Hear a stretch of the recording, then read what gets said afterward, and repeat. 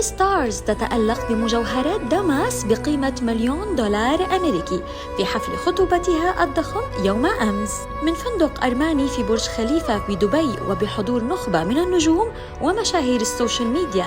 تألقت نور بمجوهرات أخاذة من علامة المجوهرات دماس. إليكم التفاصيل. اختارت نور طقماً ماسياً فاخراً من مجموعة كاليستا هاي جولري. تضم المجموعة التي اختارتها عقداً ضخماً بتصميم كلاسيكي فخم مرصع بالكامل بأحجار الألماس الأبيض بتقطيع الكمثرى والمستدير بأفخم أنواع الألماس VVS. يقدر وزن العقد بأكثر من 35 قيراطاً من الألماس. أضافت لهم الأقراط من نفس المجموعة ويأتوا بشكل متدلي ونفس تقطيعة الألماس. أضافوا جمالية وأناقة لإطلالتها الملكية. هل أحببتم اختيار نور ستارز لمجوهرات دماس هاي جولري لإطلالتها في خطوبتها؟ اتركوا لنا تعليقاً تحت الفيديو.